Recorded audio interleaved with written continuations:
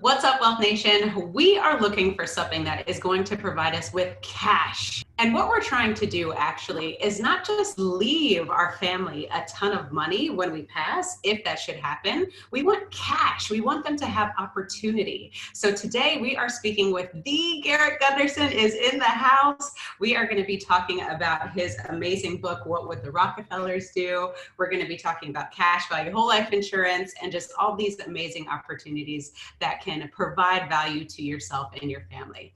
My name is Carmen. And I'm Darius. And we really want you to have a resource where you can not only have access to cash, but if something was to happen to you, you want to have access to cash for generations. You want your family to have access to cash for generations. So we can do no better than Mr. Garrett Gunderson himself. Mr. Garrett, could you please say hello to everyone?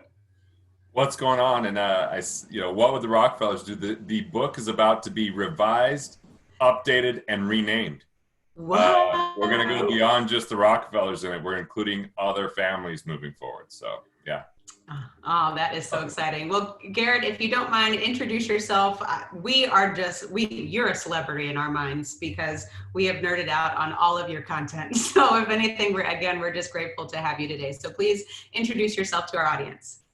Well, I just drove down this morning from my cabin where I go back to my roots. Like, I'm from a really small coal mining town. And so we've got this cabin on a river with these big trees. And I try to do things I never did as a kid, like use a chainsaw and, fish on a river. And some other day said, "So you're a fisherman?" I'm like, that'd be a stretch to call me a fisherman. Like, I fish. That's quite the different distinction. But to me, it's like, I go up there, I have a podcast studio. We played ping pong yesterday. We played some foosball. We played some cornhole. We walked the river. So, like, I'm really big on quality of life. And early on in my life, I didn't really understand quality of life. I just was all about the hustle. I was all about just working hard. And I thought if I worked hard enough, I could get ahead. But what's interesting is I came from a family of coal miners where you can't work much harder than a coal miner, and you can't get less further ahead for that hard work for the most part. And so fortunately, I kind of had an epiphany and a transformation, and I've invested a lot into myself as far as self-discovery, self-development, and, just learning different things, spending time with amazing people. And so really, I've brought this whole, simplicity to the game of money. I think that money has been traditionally thought of synonymously with Wall Street and the stock market. And a lot of people think of it as like spreadsheets and accounting. And the reality is, I look at it as just a concept and as a construct that becomes a very efficient way for us to exchange with one another. And when you put it in its proper place, it's extraordinarily useful. When you're confused about it, it's debilitating.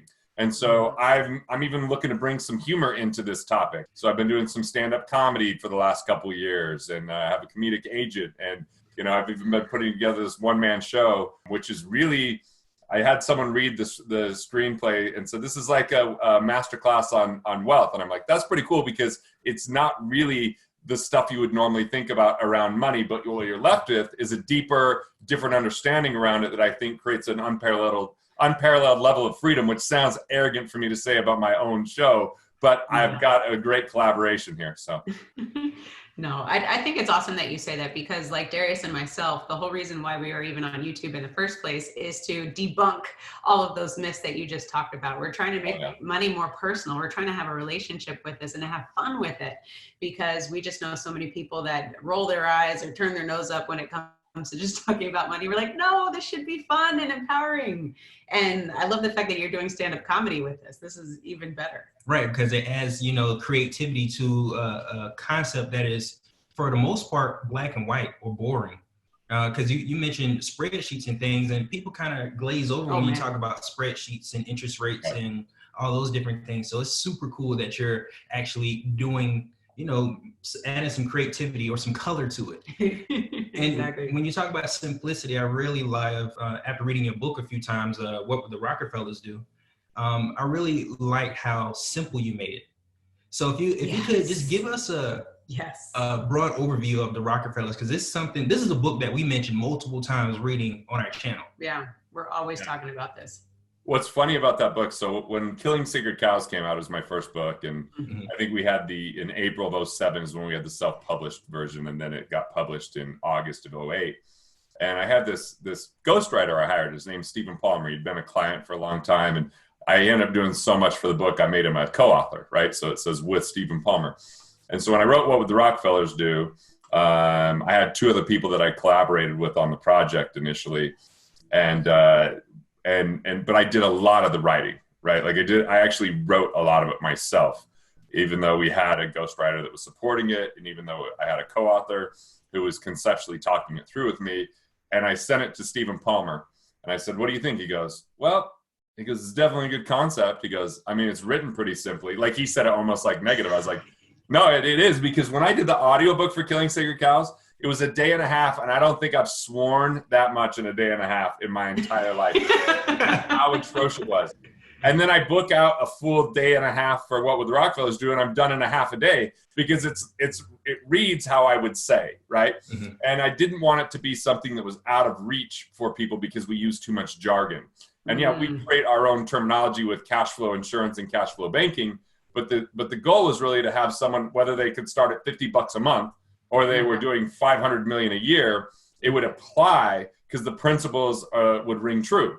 And I think that's why the book is simple, is because there's not a lot of things that have that commonality, right? There's a lot of finance that can become overly complex if we talk about derivatives and options and even things like tax liens and stuff like that. You get into those topics and it's pretty easy to glaze over. But I really felt like What Would the Rockefellers Do is kind of fascinating to see. You got this family, the Rockefellers, that's 6 generations strong on wealth. And then you've got this other family that's the Vanderbilts that had more money than the U.S. Treasury that decimated it, which in and of itself is kind of an accomplishment to spend that amount of money and blow it. I mean, it's pretty impressive, but impressive in the wrong way.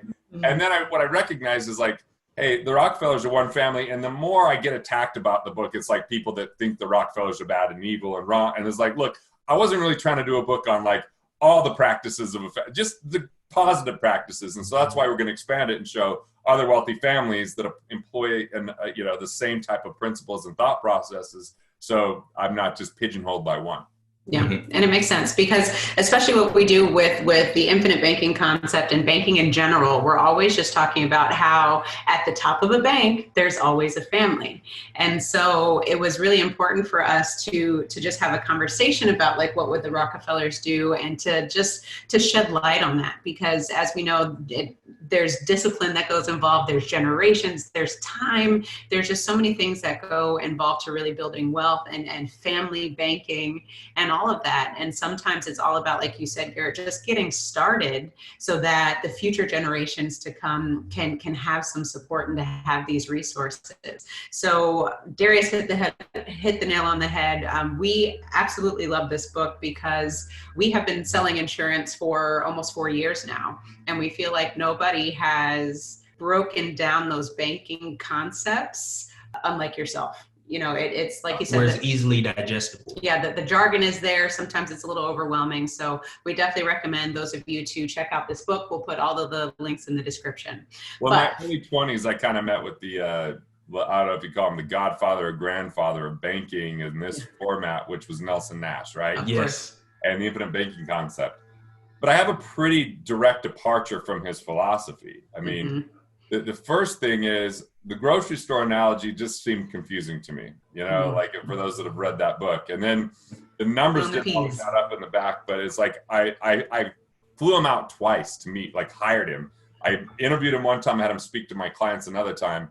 And I'm really happy that I was able to be introduced to him. But he's also this really Southern, like super, like intense, like, like he opened the speech with, he said something like, people ask me if this book's in compliance. And he goes, why do I care about compliance? Jesus Christ was crucified because he wasn't in compliance. And that was, I was like, wow, this is a different thing here. But the other thing is, he really truly believed that you put 100% of your money through it. So I'm not really in the 100% of my money through it type of thought process. I am in a lot of cash value that's protected from liability and bankruptcy and has minimum guarantees and you have access to along the way and comes with the death benefit. And then really the legacy aspect of that death benefit is a way to pass on and build your own family bank to charge interest to your heirs, and they can pay it back at a more favorable rate with better terms, with, you know, the ability to teach their siblings about it. And, you know, it's just, that was kind of my version. So I don't think all the ideas in it were unique per se. I think it was a bit of a conglomerate of me pulling from a lot of great thinkers and then putting my own twist, not just by philosophically, but by practicality, because I started doing this kind of stuff back in June of 1998 and seeing what works and what doesn't work. And honestly, when I first started selling insurance, it was baseline premium, nothing overfunded, you know, I just, you know, so it was an evolution. But what's nice is it's remained very much the same since 2005, when I basically said, okay, I think I've got this philosophically, but in order to produce the right philosophy, I had to stop selling life insurance for me personally. And the reason was because I had to like reach a bunch of people so that we could get paid less per policy. And then I could be more of a thought leader and create like a licensing agreement. But then my research in the last decade was a lot more about like, how do we pass on wealth for generations without creating trust fund babies or entitlement or, you know, like there's a lot of like, if you do much research in the wealthiest families, there's a lot of like fighting. And like the worst of it is if you ever watch the series on HBO Succession, that must be like the worst of it. And it's, you know, fascinating in the wrong ways for sure, where I look at it as like, how can I help be a fund for opportunity instead of one for complacency? And how can there be modalities that happen between now and the time of death that create that legacy through how you live and how you kind of have imprint on the people that you're influencing without removing their freedom? So that's a delicate balance. Like, how do you create signposts for them to go, yes, I want to live a life of purpose. I want to be productive. I want to create value, but I want to do that on my own terms. But at the same time, you know, have a support system for them so they don't have to go through a banking system where they make the banks rich. It's something that can actually create generational wealth within a family, even if you start like me at $50 a month at 18 years old, right, with no inheritance. Or I might have some inheritance, but it's not an inheritance that I'm asking for or need. It might just be because of the advice I've given my parents to a large degree. So what exactly is the method of keeping families together then? Because, you know, like the HBO special that you talked about, there's a lot of families that, you know, collide. Oh my gosh. How do you have a conversation with a family, or what are you doing with your family? Because you have a new family, we're ready to have a new family. What advice would you give to parents who have children who are just learning this process for the first time, or maybe this is the first time they ever heard of it watching this video? So I created something called the family legacy rings, which are these like a Venn diagram, right? Where you got these 3 rings put together. And on one of the rings, it's the family retreat structure. So family retreat structure is if you took everything about business that was amazing, that you loved, that you like, that really works. I think that's a business with a vision, right? And a business with a vision that has a social mission to impact society, and a business with core values, and a business that has leadership and they do regular meetings so that they really train up their people. And so in a family, it's very similar. Create a vision for the family, identify the family's values, create a mission statement for that family, and then have regular meetings. So it's not just something that lives in a wall or a drawer, but it starts to live in those lives. And so here's a perfect example. I'm playing basketball with my son and my friend Aaron the other day. And I'm just kind of tired. We'd already worked out, and this was just kind of after the workout. And, you know, we're playing a game at 21, and about halfway through, I'm like, yeah, I'm good. I don't want to finish. And my son goes, Gunderson family guidance. We finish what we start. So I'm like, all right. So I finished the game because he totally called me out on something that we meet about every week. And when we meet, we read through and we go through like, hey, what's our family values or our family guidance? We choose one per meeting. And then we read the family mission statement. And then we talk about what we could do to support each other that week, how we're doing as parents on a scale of 1 to 10, what skill they're, you know, really looking to enhance or develop or work on, and what we could be doing together as a family that week. So we have these regular meetings. And to me, those meetings are, you know, there's been at least 3 or 4 of them that have been profound. Where like we just got on the topic of, I remember one we had just maybe 5 weeks ago. And the topic was, you don't have to earn my love. It's unconditionally given. That doesn't mean that there can't be disappointment, frustration, anger, sadness, all that kind of stuff. But you don't have to earn my love. And like, that was, my youngest is like, I don't. Like, it was really surprising for him, like, because that's just not how his brain worked. I mean, he's been in school. What does school do? You earn grades, you earn, whatever. And so that was really profound. That starts to create an impact on our life today, right? Then you've got the family constitution. Family constitution is where we actually distill our core philosophies and use it as a guidance for whoever the heirs are to have a more dynamic trust. So we're not just giving instructions that say at a certain age or a certain time, we divide, distribute, and destroy wealth like the Vanderbilts did. We say, all right, here's the deal. We can't predict what technology is going to be like. We can't predict what society is going to be like in the future. It's changing too rapidly. So here's the timeless pieces we want to leave as signposts that could be used as guidelines of how to manage this family and this trust moving forward.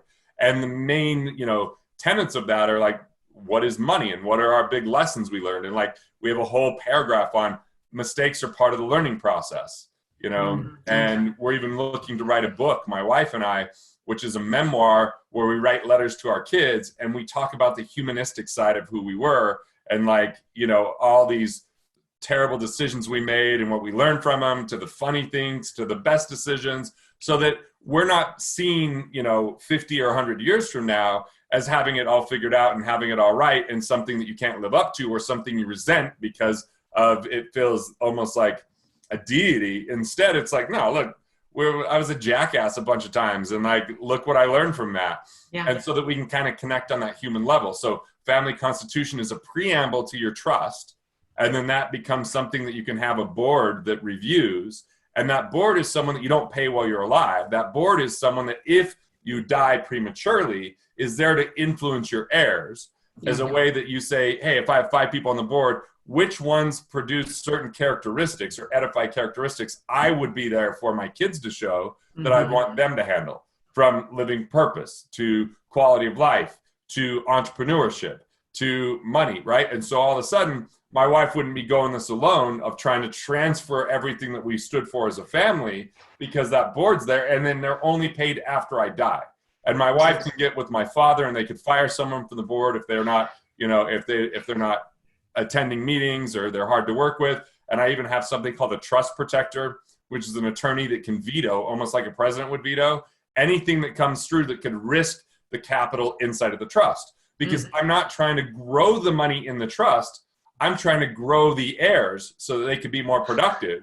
And then they can have life insurance that replenishes the trust. So we're not predicated upon a stock market or anything else like that. So long answer to a short question. And that's only 2 of the 3 rings. But to me, that's how we transfer the non-monetary kind of values on for future generations.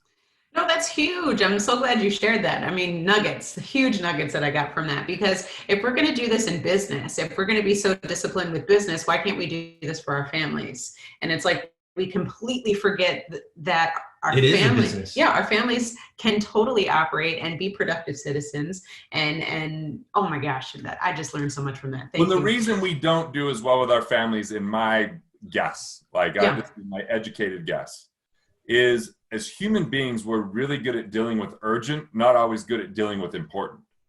Ooh. And so what happens in a time like 2020 during COVID-19 is what's always been important all of a sudden became urgent. Mm-hmm. It's important to have plenty of liquidity. It's important to manage your cash flow.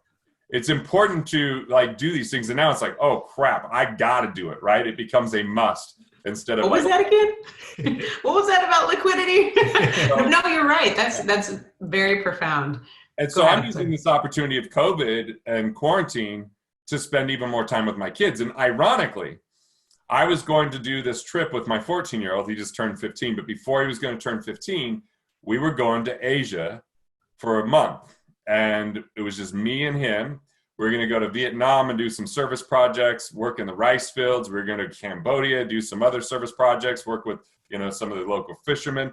And then we're going to go to South Korea because I taught English there for 3 months when I was 18. Mm-hmm. And we had the trip booked. It's all planned. And then all of a sudden, South Korea has 14-day quarantines. And, so that got changed. And, I'll plan a different one. I still have flight credits now. I have flight credits to last for years, but I do have flight credits. I did redeem some this morning, but so instead I'm like, okay, well, let's have some family meetings. Yeah. And it's really like dial in these family meetings. We have agendas. And what's really cool is the very last one we did last week, I said, who wants to run the family meeting? And my 12-year-old ran it because we'd been through enough meetings that he walked right over on our wall. I actually have one right over here to my left, but on our wall, we have in 4 different places of the house, family mission statements, family guidance, and family values. We even have technology rules, which are more like reminders of my wife and I what failures we are as parents, because the kids are relentless and they continually break those rules, but they just wear us down. But he went right over that and started to lead the meeting, which I thought was really fascinating and pretty cool, right? Like that's legacy. Like we're passing those things on right now. Absolutely. Now, what would you say, Garrett, because we get this all the time, can you really have your own bank? Can your family really have this bank? The system. Yeah. What is this all about? How do you debunk that? Look, I mean, banks were invented. It wasn't like they always existed. They were invented. And I just think that one statement I've thought about or sentiment a lot lately is one person can make a massive and meaningful difference.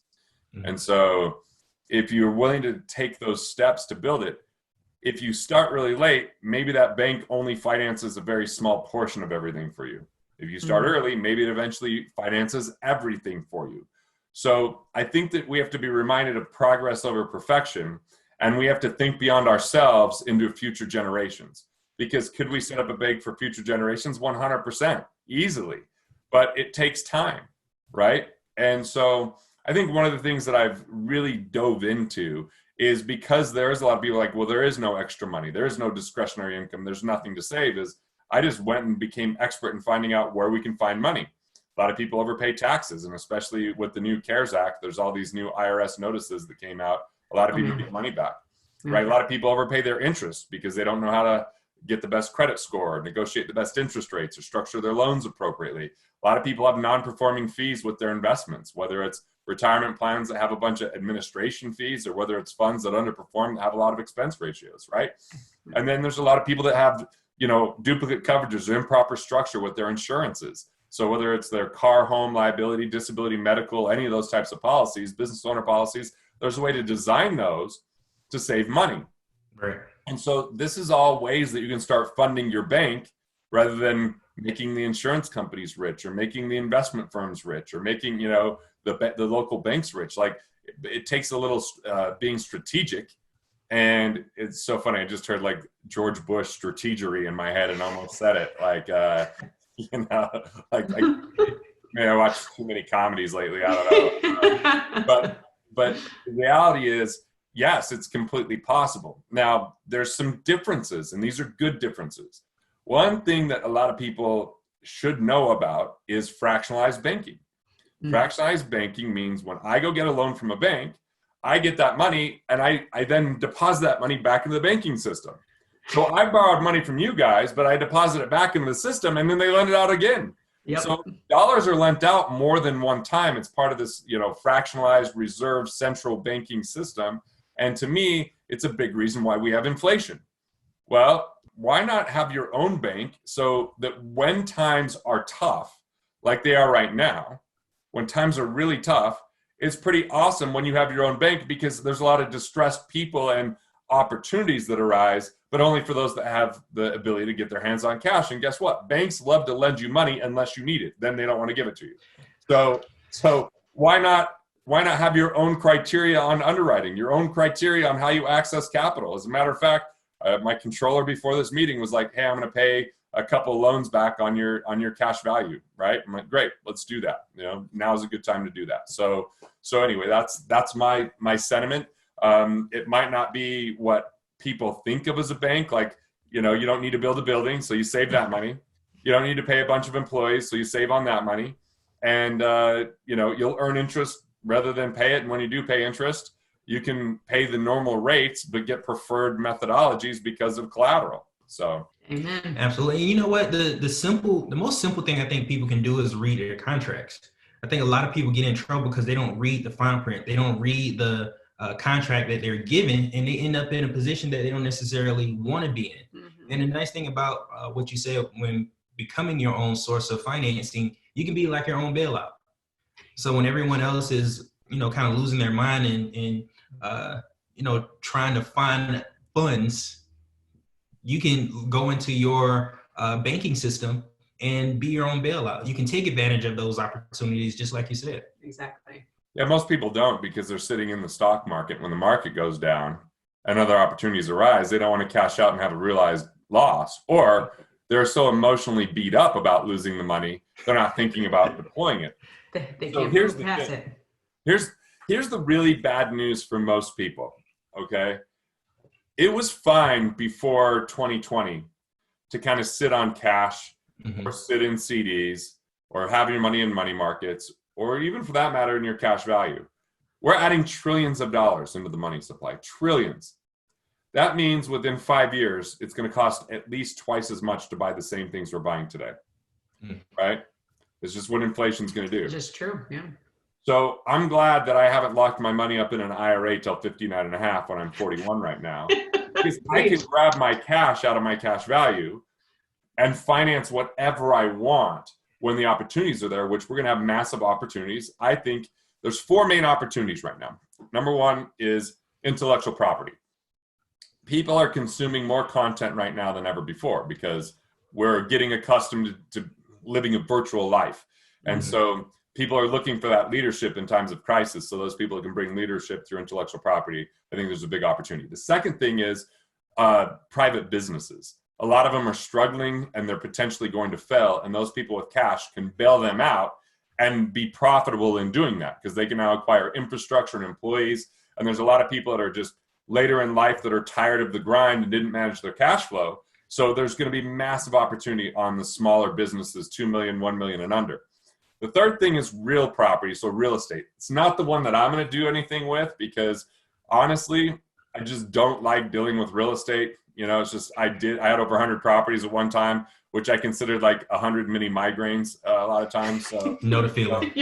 I'm good with it. It wasn't very passive when someone slipped and fell one winter. It wasn't passive when pipes burst or there was deferred maintenance or someone got in there that wasn't paying rent. They stole all the copper. I mean, dude, it was just it was a terrible narrative. Now, other people are really good at it, but I think the real property that's going to be valuable is there's going to be a lot of people that leave, bigger, more luxury-based homes for something that's more affordable in this new economy.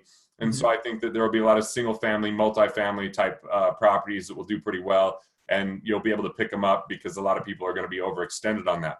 I'd be really careful with commercial real estate. The fourth thing is taxes.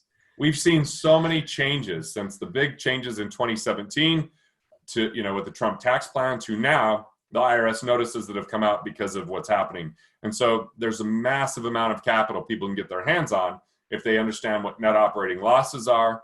And then you can go all the way back till 2015 and run negative years against positive years and get refunds. And for those that, understand R&D credits or domestic production credits or Section 199A, like these are all things that if they're a foreign language, it means you're overpaying taxes. If it's something you understand, then you're probably keeping a lot more of that money going through, keeping it in your hands. Good point. So, well, I think with all of that, like you said, just the opportunities that have presented itself, especially the intellectual property, which is why you are all on YouTube right now watching us, because of the intellectual property and people just searching for information and empowerment. And what we are always talking about on the Wealth Nation channel is life insurance, cash value whole life insurance to be specific. And there's so many naysayers out there. Let's say Dave Ramsey, Susie Orsman, for example, that are not fans of the whole life insurance product. So what do you say to those people, Garrett, who are like, whole life is a terrible product? Why would you?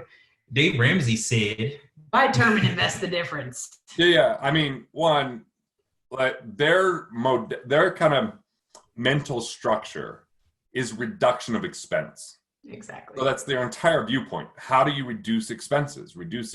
So when they think of whole life being a higher premium than term, they're comparing apples to oranges, but they're saying this is a lower cost to be in term. So they're simply looking at cash flow and how can you minimize what's going out, right? The thing that both of them, and Dave Ramsey, to his credit, has changed his tune a little bit. Recently, I heard someone sent me a clip because for a long time, He's saying that you get 10% in the stock market. That's a pipe dream. Come on, that's a lie. That's blatant disregard for reality. Yeah. That's looking at the 1990s and pretending like that's never going to exist again.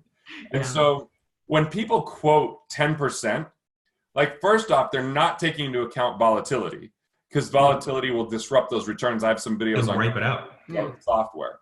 They're also not taking into account companies that go out of business. And those companies go out of business should be run at zero, but they just replace them with a new company, and then they give you whatever the return is for that. So that makes that average inaccurate. Exactly. And they're not accounting for fees. Sure, you can be in index funds, but the reality is index funds stay in growth when it's not time to be in growth. So you're taking an unnecessary longevity to your hit on your money. So I could just kind of keep going that the reality is we've seen in the last 20 years, the stock market's performed more like 6%, not like 10%. And here's the bigger news. 84% of the gains in the stock market come from 10% of the investors. So when they say that the stock market's average 6%, my question is for whom? Like, who actually averaged that 6%? Because of something called derivatives and options. The reality is that not everybody that has their money in the market is getting the same return, because some people are selling short. They're doing a put option that says if the market goes down, we get the money. See, people confuse. They think the money disappears. No, it ends up in someone else's pocket. And so there were hedge funds that did 30% for a decade. Big hedge funds that Carl Icahn managed, or that George Soros managed. And these are not friendly, nice, I want to help humanity people. These are ruthless people that want to take as much money as they can in the most competitive of nature. And you're now putting your money up against them. And a lot of that so-called 6% went to them. And a lot of the average investors actually didn't make money. And so when Dave and Susie quote this to the person that says money's confusing to me, they go, let me keep it simple. Budget, set money aside, don't spend money. And I like all their advice for the majority of the population on that. And then they make this massive leap and they go, and just put your money in the stock market and get 10%. I'm like, where in the world is this happening? It's not happening, yet that's what they're saying. So I think Dave Ramsey's been the best at getting train wrecks on track. Absolutely the best. I think that Susie, overall, her advice is a train wreck that would be sold out to the FDIC or Starbucks. I've heard her change her tune, like not a fan at all. But Dave, I can at least go, oh, there's a lot of good there. The problem is if you follow his plan to a T, you're going to end up embracing scarcity and think it's all about reductionist thinking. And no one shrinks their way to wealth. The key is value creation and expansion.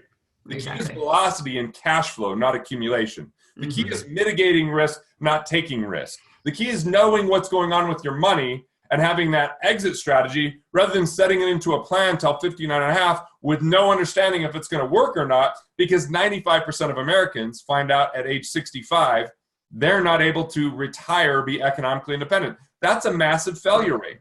That's a massive failure rate. And I think a lot of that failure rate comes down to the hype and the lies of the stock market. That's what people have thought. And look, so this is the bad news. You no longer get to be passive with your investing. You've got to actually take responsibility, because without responsibility, there is no freedom. And without responsibility, you continue to make other people rich. So let's think about it. When institutions say it takes money to make money, it doesn't take their money, it takes your money. When they say high risk equals high return, they take no risk and they get paid on the money that you're risking. Like, how is this not more prevalent for people to see through and understand that's what's going on? And this is why I get pissed off. Yeah. Hype, man. You got me hyped over here, Garrett. and it goes back to what you said earlier, making it simple. Yeah. Because when we give away control of our money, it gets complicated. They complicate it so that we give them control, because you know what? I can do better with your money than you can. So the more we have control of our money and what we're doing with our money and the risk that we're taking with our own money and research that we've done, the more money we'll make in the future, the more access to cash we'll have, the better our family will be in the future, because we get to teach them those same things to the next generation. Yeah, and even going back to the Dave Ramsey point, we were totally, Dave Ramsey fans, true and true, doing the whole debt-free thing, and then we got to a point where we're like, wait a second.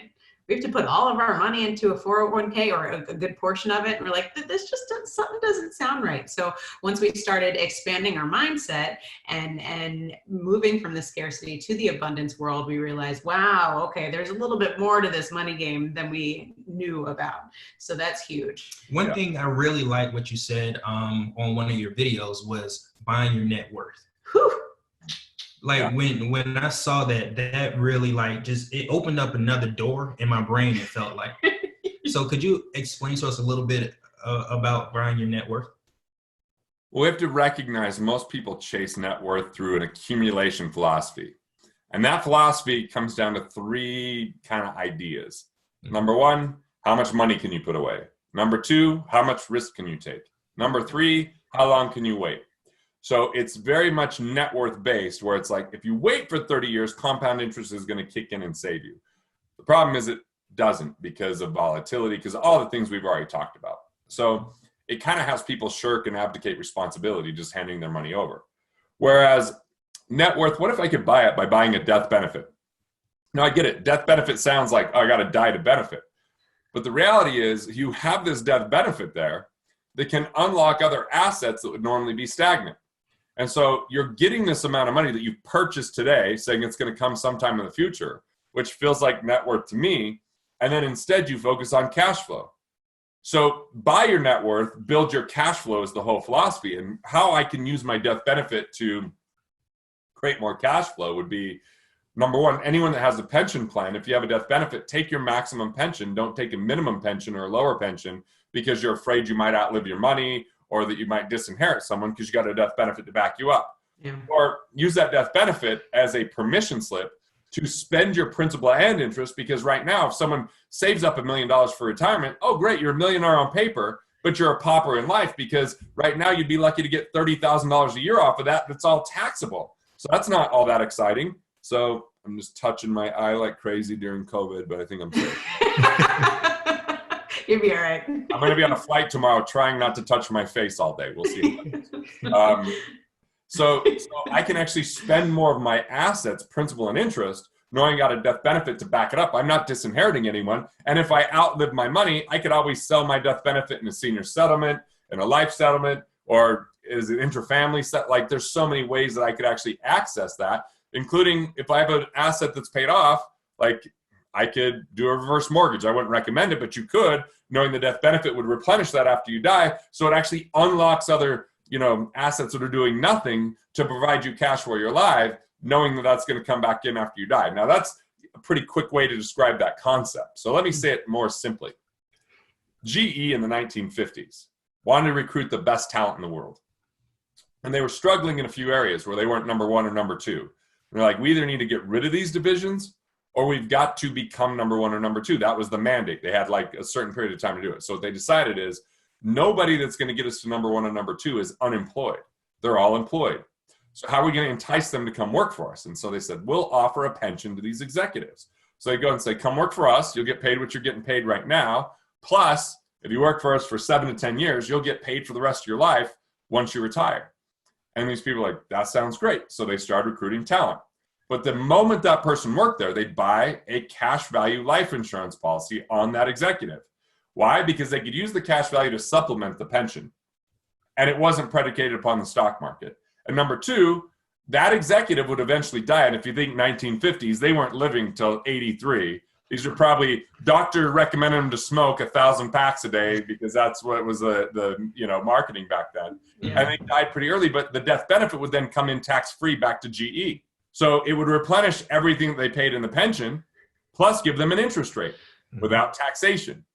So that's what I mean by buying net worth, is you're buying the death benefit. People like Susie and Dave don't credit the death benefit as being worth anything. I don't know. It's strange to me that they don't, because let's go down the path of, let's say you're following Dave Ramsey and you're buying term and investing the difference. And you become really successful. Not like really, really successful, but just successful by societal terms. You've got, let's just say there's times where it only had to be $675,000 passed on to someone else before you got hit with the state tax. Now it's up to like $10 million. And it might go back down to $2 million. It's all over the place, depending on who's in the Senate and all this kind of stuff. So imagine you have enough success that later on you go meet with an attorney and you go, hey, you know, I need to set up my estate. I don't want it to be taxed. And like, okay, well, great. The problem is you've got enough money that it's going to get taxed. So what we're going to do is buy some insurance. Now you're going to go buy insurance when you're in your 70s, right? So are they just planning that you're not going to be successful enough to need insurance to pay for taxes with the estate tax in the future? Is that the whole notion of buy term and invest the difference? Because otherwise it seems a little crazy to me that you're going to drop it at the time you're most likely to use it, when you're older, and then only 1.1% of them ever pay out. And here's what I'll give Dave and Susie credit for. When I look at how a lot of these companies design and sell whole life that aren't really whole life companies, the reality is they underperform. They take 4 or 5 years before you even start seeing cash. I get it. But have they never seen like 20 of the companies that design this where, you know, like I have a policy that's done 5.32% after expenses and it's available to me. I like that a lot better than my savings accounts, which I don't even worry about where I put them because it's not even worth the extra effort because it's so minuscule. And so, you know, buying net worth means you find assets that give you permission to spend more of what you have, and then you continually focus on cash flow all along. Because this is what really is confusing to me about retirement planning. I love it. We're going to set money aside from now until retirement, okay? Mm-hmm. And we're not going to focus on cash flow at all. It's just going to compound. It's just going to keep growing in the one account linearly. And then one day, when I finally go, I'm ready to retire, now I have to be a cash flow expert. Okay, so this to me would be like me telling you guys, hey guys, I'm going to run a marathon. All right, now in order to run this marathon, I'm going to start banking some time. I'm just going to start, and then like when it's time for the marathon, I will have relaxed so much and I'll have spent so much time not training that I'm going to go out and run it that day because I'm not going to be prepared. I'm going to get my butt kicked. And that's what people are doing is they're going to have the marathon of retirement with never practicing running for a single day of their life and find out, wait, cash flow and cash flow management is a lot harder than I thought, because when you're in retirement, if you're living off just your interest, which is supposedly the golden goose laying the eggs, right? Like, oh, just set enough money aside that you build up enough cash that you live off the interest. Well, here's the problem with that.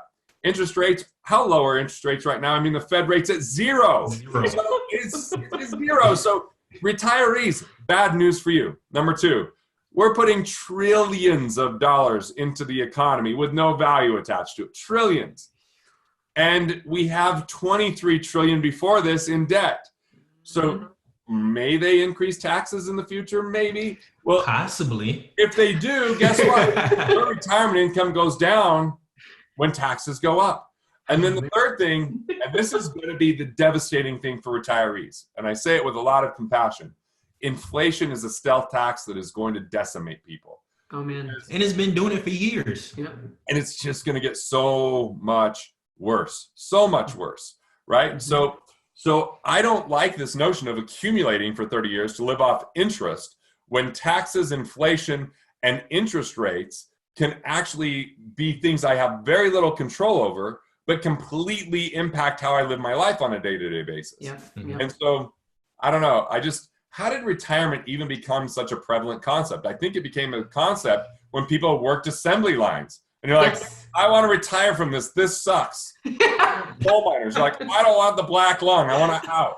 But today where it somehow, I kind of feel like enough time has to pass where people go, wait, I hold this pen in my hand and I can write the script of my life. I don't have to just get a job because, you know, that's what everyone told me to do. Like, I can invent something. Mm-hmm. I can build a job that doesn't exist. I could create a skill set. But I think that we're trained, taught, and educated in school, stand in line, color within the lines, get good grades. And it just prepares people to work in a career they don't love for benefits they don't get to keep. And ultimately, that we're one COVID-19 situation away from people being in devastating situations. So it almost sets people up for failure. It's conforming. All we're taught to do is to conform. Yep. Thank you so much. This has been amazing. So we know that you are on a mission to help 1 million people become financially independent. Yep. So leave us with a gem for those who are just starting on their journey of financial education and are looking for resources. Exactly. How do you speak to those people? Well, the first thing you've got to do is the simplest. It's just pay yourself first. Set up a separate account, pay a percentage in that account. When you get a little bit of savings in there, start using overfunded cash value insurance to start boosting the return on that. To find more money for that, work on efficiency. Where can you get savings through taxes, interest, investments, and insurance, and then put that back into your pocket? Then become a cash flow investor. Get assets that create cash flow. Focus on cash flow, because if you don't, you're going to find yourself in a pretty difficult situation in the future.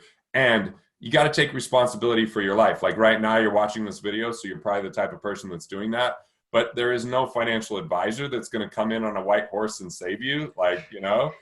There's no money person that's going to, all of a sudden show up and do all the work for you. There is no magic product that you just buy and you're automatically wealthy. This takes a level of knowledge. But the good news is 80% of what you think you need to know about finance isn't information that matters. Mm-hmm. You figure out your investor DNA, where you're going to put money, you focus instead of diversify, and then you ignore the rest. You just got to build your foundation and some of the things I just talked about.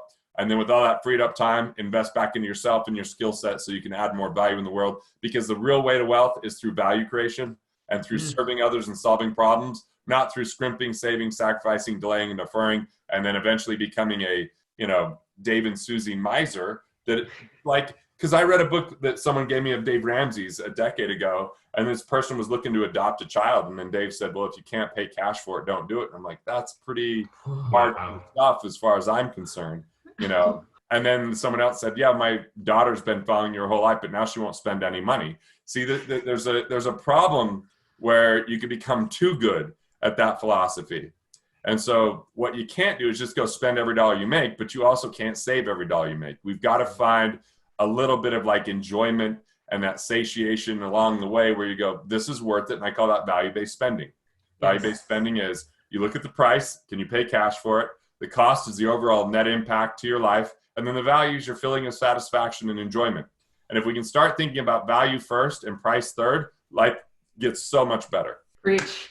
Man, that is everything that we live by and stand by. So if you're just affirming everything that we already do, which is awesome. It's nice for someone else to say it other than us. Yeah, no.